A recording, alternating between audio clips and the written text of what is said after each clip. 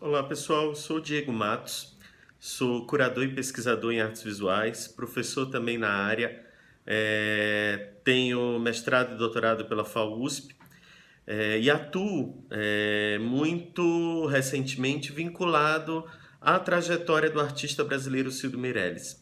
Em 2016 para 2017 eu fui convidado pela Ubu Editora a realizar um livro, organizar um livro, juntamente com o Guilherme Wisnik, um parceiro de trabalho, sobre a obra e trajetória do artista. Havia em mente uma vontade muito clara, antes de decidir editorialmente como esse livro ia ser conduzido, né, de publicizar, tornar pública e ampliar o acesso à obra desse artista incontornável e fundamental para a arte contemporânea brasileira. É um artista que está aí, está em evidência, produzindo. Recentemente fiz a curadoria da exposição dele juntamente com Júlia Rebouças, que coordenou o projeto no Sesc Pompeia, exposição Entrevendo. E o meu doutorado foi pautado pela produção dele sobre as questões relacionadas à natureza do espaço. Defendi uma tese de doutorado chamada Cildo Meirelles, Espaços, Modos de Usar, e na época o Bu se interessou por esse material acadêmico e a Florência Ferrari, juntamente com a Elaine Ramos, né, Elaine dedicada à questão plástico, visual, gráfica da publicação e a Florência Ferrari a parte editorial de texto, pensou em que seria interessante conduzir uma publicação monográfica que tivesse desatrelada necessariamente a um fenômeno temporal de uma exposição, de um evento público dedicado à obra dele. E como eu tinha já toda essa pesquisa mapeada em torno da produção dele, depois de mais de 6 anos de convívio com o artista, nós achamos por bem pensar essa publicação monográfica e que tivéssemos 2 caminhos, né? Um caminho que de fato entregasse ao público um entendimento mais amplo da obra do artista, né? Um entendimento que trouxesse elementos à questão processual e à maneira de pensar, né? Ou seja, os desenhos e projetos que estão na publicação remontam justamente a essa condição de estudo, ao primeiro traço, a colocar a ideia no papel, né? Um exercício que também corre em paralelo com o exercício prático da arquitetura, né? A arquitetura lida muito com essas questões. Ao mesmo tempo, tinha também um levantamento realizado e que era de interesse tanto do meu parceiro de trabalho, do Guilherme Wisnik, como da editora, de tornar pública um pouco uma espécie de fortuna crítica acerca da produção dele. Obviamente que entre a mais de uma centena de textos publicados ao longo de quase 50 anos, ou mais de 50 anos, nós tínhamos que focar em textos que fossem basilares e que, em certo sentido, conduzissem um pouco uma trajetória dentro de uma recepção pública e crítica da obra do artista.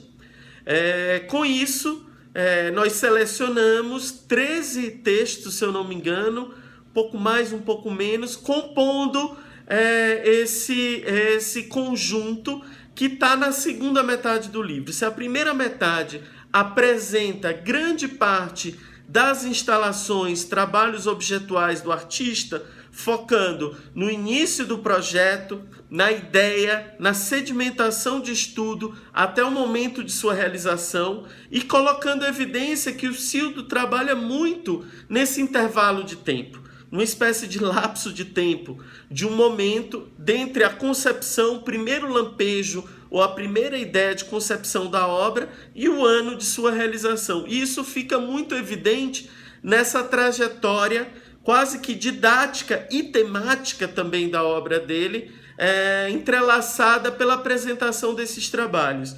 Eu e Guilherme, nós tivemos um trabalho hercúleo de escrever sinopses, ou seja, fichas técnicas, legendas expandidas para cada uma dessas obras, ampliadas a partir de uma perspectiva contemporânea, né, dessas obras.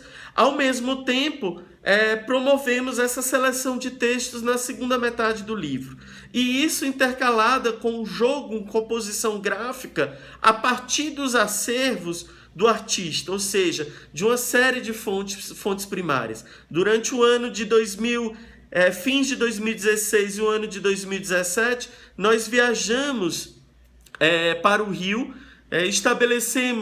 reativamos esse contato com o artista e daí produzimos, ou digamos, selecionamos esse material que está composto ali. Desde estudos, manuscritos, matérias de jornal, trabalhos que são essencialmente midiáticos, ou seja, em sessões de jornais, capas de disco, ilustrações desse universo imagético que corresponde ao trabalho do artista. Não é à toa que, por exemplo, na edição de luxo, na edição capa dura, você tem um mapa de Brasília que compõe a obra Caixas de Brasília, Clareira Caixas de Brasília, da série Arte Física.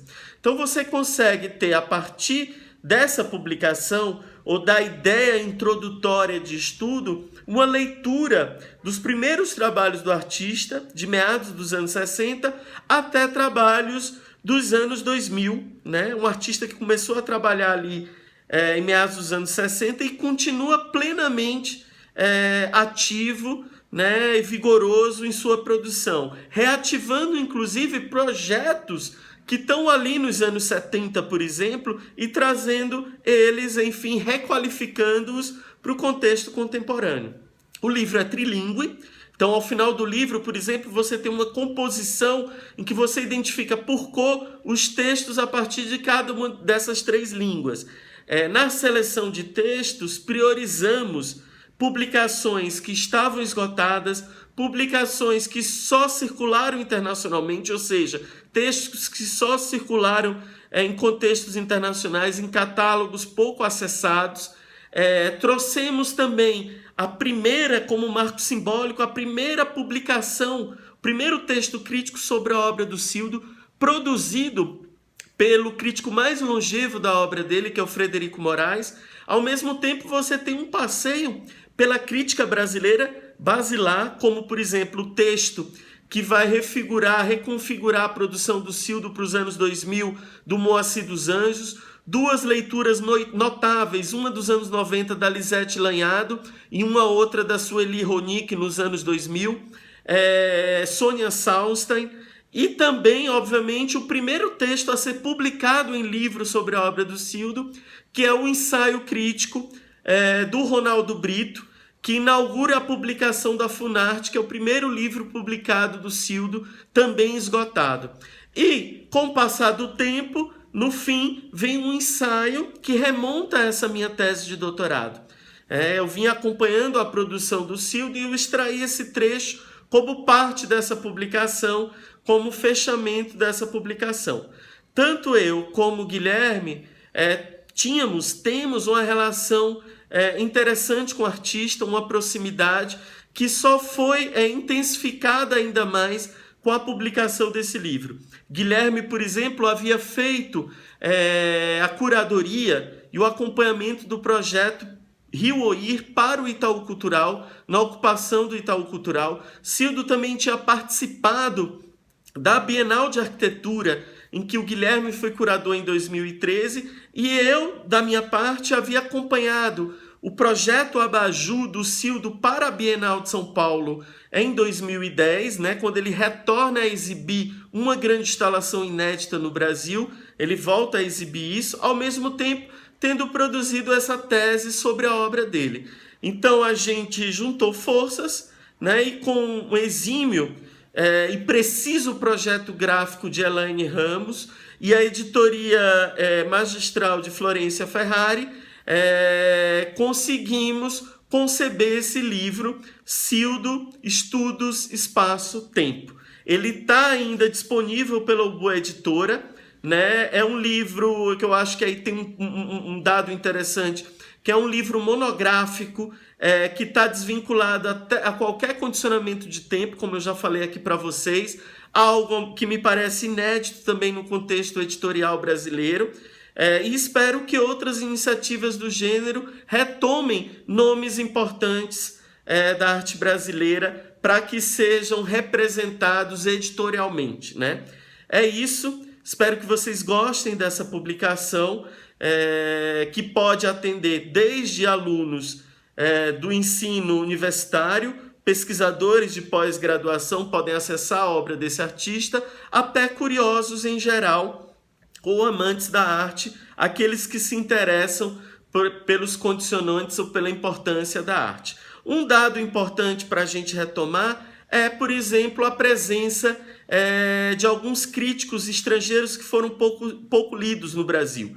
Por exemplo, o texto fundamental de Guy Brett sobre a obra dele, o texto de uma curadora finlandesa, a Mareta Jalkuri, é outro ponto que a gente não pode esquecer ao falar do livro e da publicação sobre a obra do Cildo. É isso, pessoal. Agradeço a atenção de todos e vamos adiante.